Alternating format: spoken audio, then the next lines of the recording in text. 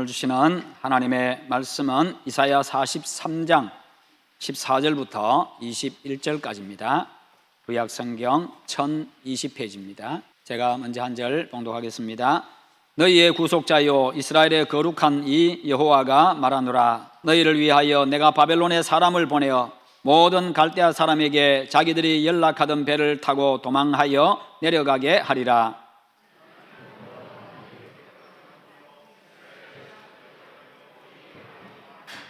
나 여호와가 이같이 말하노라. 바다 가운데로 길을, 큰 물 가운데 지름길을 내고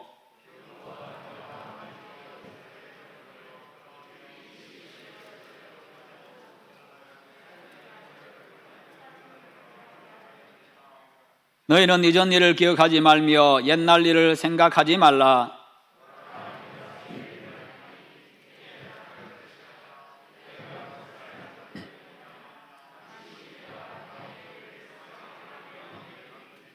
장차 들짐승 곧 승냥이와 타조도 나를 존경할 것은 내가 광야의 물을 사막의 강들을 내어 내 백성 내가 택한 자에게 마시게 할 것임이라.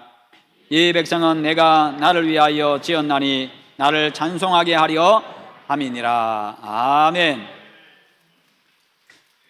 오늘 말씀의 제목 같이 한번 읽어보겠습니다. 새 일을 행하시는 하나님. 아멘.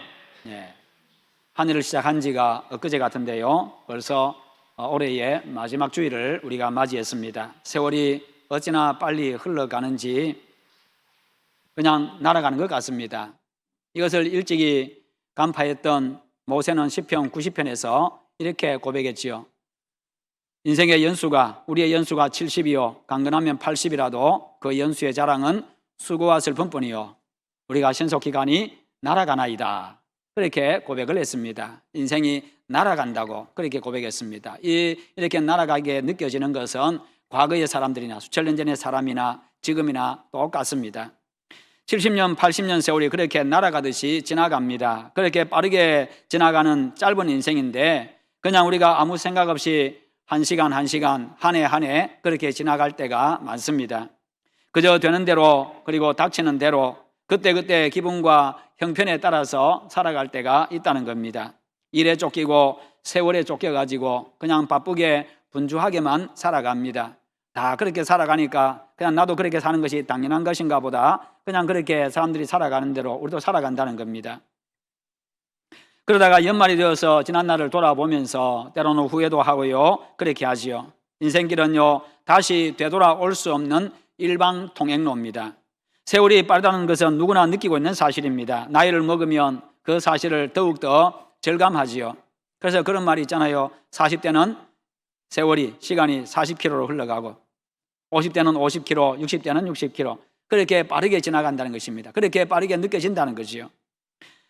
프랑스의 로망 롤랑이라는 사람은요 이런 말을 했습니다. 인생은 왕복표를 발행하지 않기 때문에 한번 출발하면 다시 돌아올 수 없다. 그런 말이 있습니다. 그렇습니다. 누구나 알고 있는 사실이지만은요 우리가 무심결에 잊고 살아갈 때가 많습니다. 지금도 우리는 다시 돌아올 수 없는 그 길을 가고 있음에도 불구하고요 마치 언제라도 쉽게 되돌아올 수 있는 것처럼 그렇게 살아갑니다.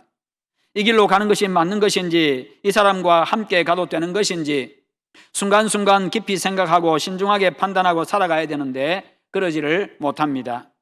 대단히 짧은 인생임을 알면서도 그것을 잊어버린 채 천년만년 살 것 같이 그렇게 우리는 살아갑니다. 그러다 보면 어느샌가 얼굴에 주름살이 생기고요 머리는 또 백발이 되어지고 그렇게 됩니다. 한참 시간이 흐른 뒤에야 땅을 치고 후회도 해보지만은 이미 늦었고요 다시 돌아갈 수 없다는 그 사실에 상실감도 느낍니다. 그렇기 때문에 우리의 행보는요 한 걸음 한 걸음 항상 신중해야 합니다. 인생길은 되돌아올 수 없는 일방통행로이기 때문입니다. 여러분은 올 한 해 어떻게 사셨습니까? 무엇보다도 열심히 사랑하셨습니까? 사랑처럼 어려운 것도 없는 것 같습니다. 주님은 말씀합니다. 내가 너희를 사랑한 것 같이 너희도 서로 사랑하라. 그냥 네가 사랑하고 싶은 만큼 사랑하고 네가 사랑하고 싶은 대로 사랑하라고 하면 참 쉽겠는데 그러면 내가 사랑 많이 주고 싶은 사람한테 많이 주고 적게 주고 싶은 사람한테 적게 주고 미워할 사람 미워하고 좋아할 사람 좋아하고 그렇게 할 수 있겠는데 주님 말씀하십니다. 내가 너희를 사랑한 것 같이 너희도 사랑하라. 주님이 우리를 어떻게 사랑하셨습니까? 목숨 내놓고 사랑하셨습니다. 당신의 목숨으로 사랑하신 분이십니다. 그러면서 우리에게는 원수까지 사랑하라. 너희들도 목숨 내놓고 다른 사람 사랑하라. 그렇게 말씀하십니다. 주님의 사랑은, 우리를 향한 주님의 사랑은요, 변함없는 사랑입니다. 영원한 사랑입니다. 그러기에 우리도 역시 변함없이 사랑하라고, 누구든지 사랑하라고, 끝까지 사랑하라고 그렇게 말씀하셔요. 그러기에 참 힘든 것 같습니다. 그러기에 우리는 또 기도가 필요합니다. 하나님, 그렇게 사랑할 수 있도록 도와주십시오. 내 가슴을 좀 넓혀주십시오. 그렇게 우리가 기도하는 것이 필요합니다. 예수님은 친히 제자들에게 사랑의 본을 보여주시면서요, 그렇게 사랑하라고 하셨습니다. 그런데 참 잘 안 됩니다. 자기와 마음이 맞는 사람, 자기를 위해 주는 사람은 참 사랑하기가 쉽습니다만은 그렇지 않은 사람은 사랑하기가 어렵습니다. 그리고 여러분은 올 한 해 동안 맡은 사명에 최선을 다해서 살아오셨습니까? 여러분에게 주어진 그 인생에 여러분들은 성실하게 최선을 다하셨습니까? 성경에는 말씀합니다. 맡은 자에게 구할 것은 충성이니라. 충성이란 말은요, 긍휼과 자비, 인자, 충성, 신실 이런 말로 또 번역이 됩니다. 이 말을 기록한 바울은요, 고린도교회 교인들에게 묻습니다. 여러분이 보기에 나 바울은 어떻습니까? 하나님의 일에 충성을 다한 것 같습니까? 그렇게 질문을 합니다. 성도들에게 지도자가 이런 질문을 할 수 있다는 것 자체가요, 굉장히 충격적입니다. 사실은요, 하나님과 사람들 앞에 부끄러움 없이 일하지 아니하고는, 정말 최선을 다하지 아니하고는, 진짜로 충성하지 아니하고는 이런 질문을 할 수가 없습니다. 그렇습니다. 이 질문 앞에서, 바울의 이 질문 앞에서 저 역시도 부끄러움을 느낍니다. 그러기에 새해에는 더욱더 최선을 다해야 되겠다, 이 생각이 들어집니다. 여러분 역시도 하나님과 사람들 앞에서 최선을 다해 사랑하고 충성하는 그런 여러분 되시기를 축원합니다. 그래서 한 해를 마감할 때에 후회 없는 한 해가 될 수 있도록요, 연말을 맞이할 때마다 우리는 새해에는 더 많은, 더 변화된 삶을 살겠노라고 다짐도 합니다. 그런데 한 해를 살고 나면요, 또 실망하고 후회하고 또 그렇습니다. 그렇게 40년, 50년, 60년 세월을 살아왔습니다. 그러나 이제는 나에게 뭔가 새로운 변화가 일어나야 합니다. 뭔가 새로운 변화가 일어나야 합니다. 내 인생에 새로운 일들이 일어나야 한다는 것입니다. 그런데 그 새로운 일을요, 내가 계획하는 것이 아니라 하나님이 계획하고 계십니다.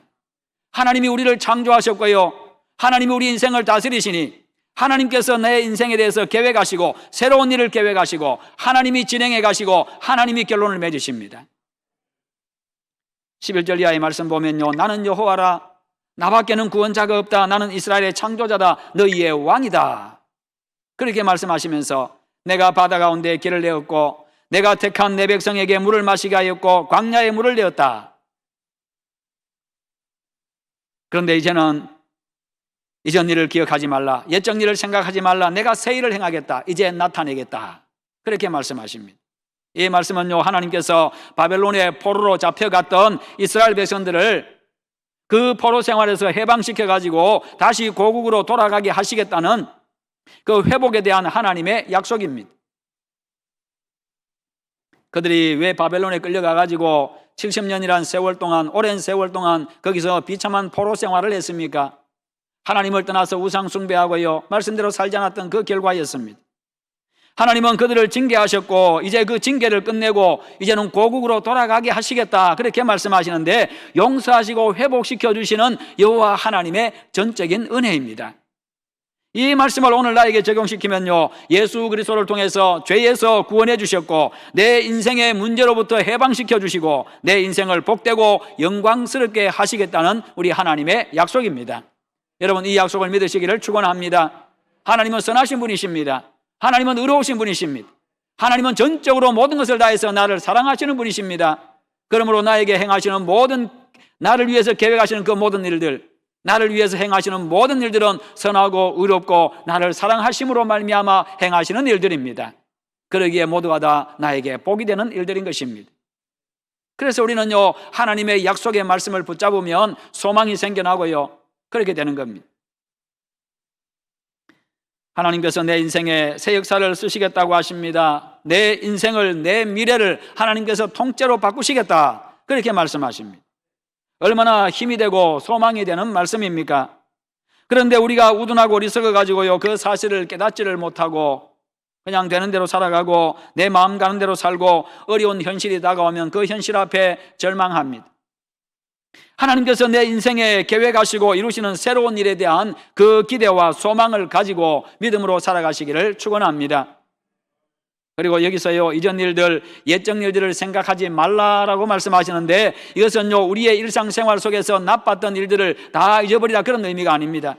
그것은 과거에 하나님께서 이스라엘 백성들을 애굽에서 구원하기 위해서 행하셨던 그 모든 일들을 의미합니다. 하나님께서 이스라엘 백성들을 애굽에서 해방시키기 위해서요, 무슨 일을 하셨습니까? 모세를 통해 가지고 10가지 재앙을 내렸습니다. 그 10가지 재앙을 내림을 통해 가지고요, 이집트의 왕이 두 손 들게 만들었습니다. 항복하게 만들었습니다. 항복을 선언했습니다. 그리고 백성들을 내보내줍니다. 해방시켜 줬습니다. 해방시켜 준 것으로 다 끝이 아니었습니다. 가나안을 향해서 가는 그 걸음에요, 3일 만에 홍해를 만나게 됩니다. 홍해 앞에 섰습니다. 홍해를 건너가야 돼. 바다 앞에는 바다가 놓였고, 바로의 마음이 갑자기 변해가지고 군대를 이끌고 죽이겠다고, 다시 잡아오겠다고 쫓아옵니다. 그런 상황 가운데서 하나님께서 홍해를 갈라주시고 마른 땅과 같이 건너가게 하셨고요, 광야길 인도하시면서 불기둥으로 보호하시고 구름기둥으로 보호하시고 뜨거운 열기에서 보호해 주시고 추위에서 보호해 주시고요, 밤이나 낮이나 늘 함께 하시면서 보호해 주셨고, 매일매일 일용할 양식 만나를 내려주시고 신발이 헤어지지 않게 하시고 옷이 헤어지지 않게 하시고 물을 마시게 하시고요, 대적들로부터 보호해 주시고, 그리고 가나안 땅 정복할 때도 세세하게 간섭하시면서요, 여리고성 무너지게 하시고 그 땅을 정복할 수 있도록 은혜를 베풀어 주셨습니다. 그 모든 것이 다 하나님의 은혜였습니다. 그런데 그것들 다 이제는 기억하지 말라. 왜? 이제는 내가 너희들을 위해서 또 다른 새로운 일들을 내가 너희에게 행할 것이다. 여러분, 왜 그것들을 잊으라고 하십니까? 과거에 있었던 일들이 아무리 좋았다고 할지라도 이제 하나님께서 자기 백성들을 위해서 행하실 영광스럽고 놀라운 일에 기대감을 가지고 관심을 가지고 믿고 바라보라는 것입니다. 과거에 좋았던 기억에만 사로잡혀 있는 것이 아니라 앞으로 하나님께서 행하실 더 크고 그 놀라운 일에 주목하라는 것입니다. 하나님은요, 과거의 은혜를 베푼 것으로 끝내는 분이 아닙니다. 하나님의 은혜는 지금도 계속되고 있고 영원토록 계속되어질 것입니다. 우리를 위한 새로운 일을 계속해서 계획하십니다. 크고 놀라운 일들을 다 준비해 놓고 계십니다. 이처럼 하나님의 말씀은 절망을 희망으로 바꾸고요, 좋은 것은 더 좋은 것으로 바꾸어 나가는 미래지향적인 것입니다. 19절에 보면 보라, 내가 새 일을 행하리니 이제 나타낼 것이라 너희가 그것을 알지 못하겠느냐? 하나님이 지금 일하고 계시는데 너희들이 그거 깨닫지 못하냐? 너희 눈에 보이지 않느냐? 지금 그렇게 질문하고 계십니다. 그것을 어떤 영어 성경에서는요, 이렇게 번역합니다. 이제 곧 내가 새로운 일을 시작하려고 한다. 보라, 이미 그 일이 시작되었다. 그 일들이 너에게 보이지 않느냐? 이렇게 영어 성경이 번역해 놓고 있습니다. 내가 지금 새로운 일을 시작하려고 하는데 이미 시작되었다. 하나님이 시작하셨다는 겁니다. 그게 너희들의 눈에 보이지 않느냐? 너무나도 분명한 일이라는 거지요. 확실한 일이라는 겁니다. 사람들은 여전히 낙심해 있고 여전히 절망하고 여전히 불가능하다고 말을 합니다. 그렇지요. 지금 이스라엘 백성들이 바벨론에서 해방되는 것 자체는 꿈도 꿀 수 없는 일입니다. 노예로 살다가 포로 생활하다가 무슨 군사 훈련을 받았습니까? 아니면 무슨 전쟁할 무기가 있습니까? 언제든지 자기들이 모여가지고 그냥 그렇게 마음을 합할 수 있는 그런 기회가 있습니까? 그들과 싸워서 나올 수 있는 방법이라고는 그냥 왕이 긍휼을 베풀어 가지고 나가거라 풀어주든지 아니면 전쟁에서 이겨서 나오든지 그 방법밖에 없는데, 그러니 불가능한 일이잖아요. 다 포기하고 그냥 사는 것이 70년을 살았습니다. 그런데 하나님께서 하시겠다는 것이요, 하나님께서 하시는 새 일은 이미 우리 가운데 시작되었고 징조가 곳곳에 나타나고 있다는 겁니다. 그러니 현재의 이 포로된 환경에 절망하지 말고 소망을 가지라는 겁니다. 일하시는 그 하나님의 손길을 느끼고 보라는 것입니다. 그렇습니다. 하나님은 오늘도 우리의 인생 속에 우리와 함께 하시면서 우리를 위해서 세우신 그 계획들을 하나하나 이루어가고 계십니다. 여러분의 생활 속에서 그 하나님의 손길, 이루시는 그 하나님의 손길을 여러분들의 영의 눈으로 바라보시고 느끼고 살아가시기를 바랍니다. 그러면요, 가슴이 설렙니다. 가슴이 벅차오릅니다. 기대감이 생겨납니다. 다시금 아침에 일어날 힘이 생기고 용기가 생겨나고요, 하루를 새롭게 시작할 수 있는, 희망을 가지고 시작할 수 있는 그런 힘이 생겨나는 겁니다. 하나님은요, 당신의 백성들이 하나님을 떠나고 죄를 지을 때 돌아오도록 하기 위해 가지고 징계를 내리십니다. 그러나 그 징계로 끝내지를 않습니다. 그 징계를 통해서 다시 돌아오게 하시고 돌아올 때 더 크고 놀라운 은혜와 복을 베풀어 주십니다. 여러분들 자식을 키울 때 징계를 많이 해보셨지요? 잘못할 때는요, 그냥 종아리 걷어놓고 매를 들고 종아리를 때립니다. 그럴 때 원하는 게 뭡니까? 자식에 비해서 아버지 잘못했습니다, 어머니 잘못했습니다, 다시는 안 그러겠습니다, 내가 앞으로 바르게 살아가겠습니다, 그 말 한마디, 그거 기대하면서 회초리를 듭니다. 부모가 회초리를 들 때에 자식 아프게 하는 데 목적이 있는 게 아닙니다. 자식 눈에 눈물 흐르게 하는 게 흐르는데 그 목적이 있는 게 아닙니다. 종아리에 피 멍들게 하는 데 목적이 있는 게 아니지요. 그렇게 항복할 때에, 그렇게 다시금 회개할 때에, 그제서는 또 자식을 안아주고, 그래 다시는 그러지 마, 그리고 피 멍든 거 다시 이렇게 약 발라주고요, 밤에 잘 때 또 찜질해주고, 그 모습 보면서 너무나 아파하고 눈물을 흘리고 잠 못 이루고, 그것이 부모의 마음입니다. 부모의 모습인데 그 마음이, 그것이 바로 하나님 아버지의 모습이고 하나님 아버지의 마음입니다. 하나님의 징계의 목적이 바로 그와 같다는 겁니다. 그렇게 할 때에 그 다음에는요, 자식을 위해서 뭐든지 다 주려고 하고, 더 좋은 거 주려고 하고, 더 맛있는 거, 그 다음날 일어나면 더 맛있는 거 준비해가지고 아들 좋아하는 거, 딸 좋아하는 거 만들어가지고 음식 먹이고요, 위로해 주려고, 힘과 용기 북돋아 주려고 그렇게 하는 것처럼 하나님이 그렇게 하신다는 겁니다. 우리가 살면서 때로는 잘못해서 징계받을 때도 있습니다. 여러 가지 답답하고 어려운 일도 만납니다. 건강의 어려움도 만나고, 경제적인 어려움도 만나고, 인간관계의 어려움도 참 많이 만납니다. 그러나 하나님은 그런 상태로 계속 내버려 두지 않습니다. 나를 위해서 좋은 일을 계획하시고 이미 이루어가고 계십니다.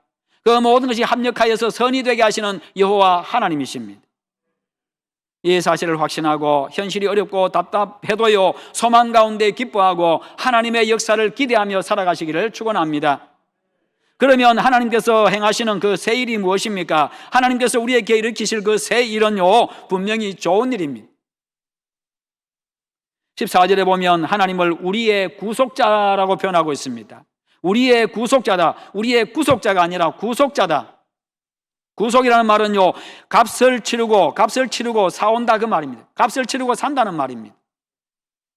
하나님께서 대신 우리 값을 치르는, 우리의 죄값을 대신 치르는 겁니다. 하나님이 우리의 죄값을 대신 무엇으로 치렀습니까? 당신의 아들, 하나님의 아들 예수님을 십자가에 제물로 드리는, 당신의 아들의 목숨을 제물로 드리는 그 값을 지불하고 우리 죄를 속량하셨습니다. 우리 죄를 사해 주셨습니다. 바로 그 이야기입니다. 그러니까 요 새 일은요, 하나님께서 엄청난 대가를 지불하시는 일입니다. 나에게는 새로운 일입니다. 너무나 좋은 일입니다만, 그러나 하나님의 입장에서는요, 엄청난 대가를 지불하는 일입니다. 16절 이하에 보면 그 일은 바다 가운데 길을 내고 병거와 말과 병력과 용사들을 모두 이끌어내어서 교만한 사람들과 나라들을 쓰러뜨리고 광야에 길을 내고 사막에 강을 내는 그런 일과 같은 일입니다. 하나님께서 그렇게 하시겠다. 이 일들 모두 이스라엘 백성들이 생각지도 못하는 엄청난 일들입니다. 바다 가운데 길을 내시고 마른 길과 같이 건너게 하셨고, 애굽의 군대와 말과 병거를 수장시켰습니다. 길 없는 광야에 길을 내시겠다고 하시고, 메마른 사막에 강을 내시겠다고 그렇게 말씀하십니다. 여러분, 그래서 하나님의 백성들이 광야길을 걸어가다가 헤매다가 죽지 않도록, 그런 일이 생기지 않도록 하시기 위해서 광야의 길을 내시겠다, 목이 타서 목이 말라서 죽지 아니하도록 불편하지 않도록 하나님께서 광야의 사막에 길을 내시겠다, 강을 내시겠다고 말씀하십니다. 사람들이 왕래하는 땅이 되게 하시고 광야를요, 사막의 강을 내어서 죽음의 땅이 생명의 땅으로 바꾸시겠다. 생명의 땅으로 바꾸시겠다. 강이 흐르면 그 주변은요, 옥토가 되는 겁니다. 이스라엘 백성들을 향한 하나님의 구원 계획입니다. 그러니 믿고 소망을 가지라는 겁니다. 이 말씀하시기 위해서 나는 창조자다라고 말씀하십니다. 나는 할 수 있다는 거지요. 내가 창조자다. 그러니 광야에 그 길 하나 못 내겠느냐? 내가 창조자다. 우주 만물을 창조한 창조자다. 그러니 사막에 강 하나 못 내겠느냐? 하나님이 하시겠다는 겁니다. 그래서 이스라엘 백성들이 바벨론에서 해방되어 가지고 고국으로 돌아가지고 안전하게 돌아갈 수 있도록 하나님이 다 해주시겠다 약속하고 있는 겁니다. 그러니 해방시킬 때에 나오라고 할 때 순종해서 나오라는 겁니다. 그 세일은요, 들짐승과 이리와 타조에게도 좋은 일입니다. 그 세일이 일어남으로써요, 모든 피조물들이 기뻐하고 하나님의 위대하심을 보고 하나님을 존경할 일입니다. 그 세일이 이루어짐으로써 하나님의 백성들이 찬양하게 될 것입니다. 그 구원의 하나님을 찬양하는 바로 그와 같은 모습이 나타날 것입니다. 왜요? 그 마지막은 바로 하나님에 대한 찬양입니다. 하나님께서 당신의 백성들을 만드실 때 하나님을 찬송하도록 만들었기 때문에 이 하나님의 구원의 은혜를 누리면서 구원의 은혜를 맛보고 하나님을 찬양하도록, 그렇게 본래의 모습을 회복하도록 만드시겠다.